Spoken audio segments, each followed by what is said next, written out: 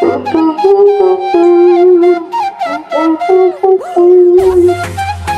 মাসে কাঁচা মাসে ঘুমিয়ে ভোমরা সে কাঁচা মাসে করে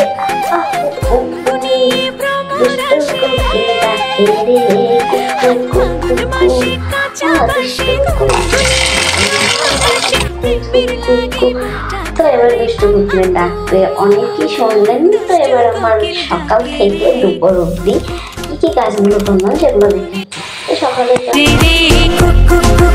वाह वाह विजय दी कंग्रेचुलेशन कंग्रेचुलेशन কি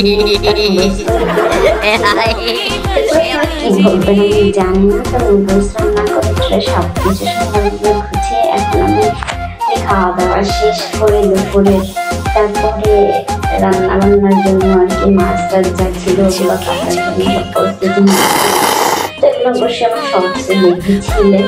এবার আমি এগুলো খেতে থাকি আর আপনারা দেখতে থাকেন।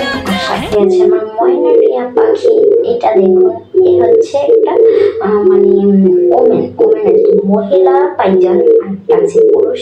এটা যেহেতু অসুস্থ ওই জন্য ওটাকে আলাদা রেখেছি। দেখুন ও কেমন পানি পানি তারপরে পায়খানা করে, ওই জন্য অনেক অসুস্থ, ওই জন্য আর কি অন্য একটা জায়গায় দেখাচ্ছে।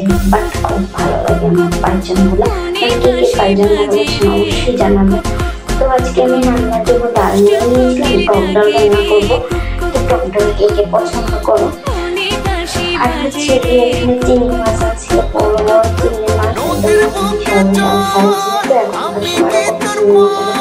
যায় না। তারপর দেখবো কত বড় বড় সাইজ এগুলো।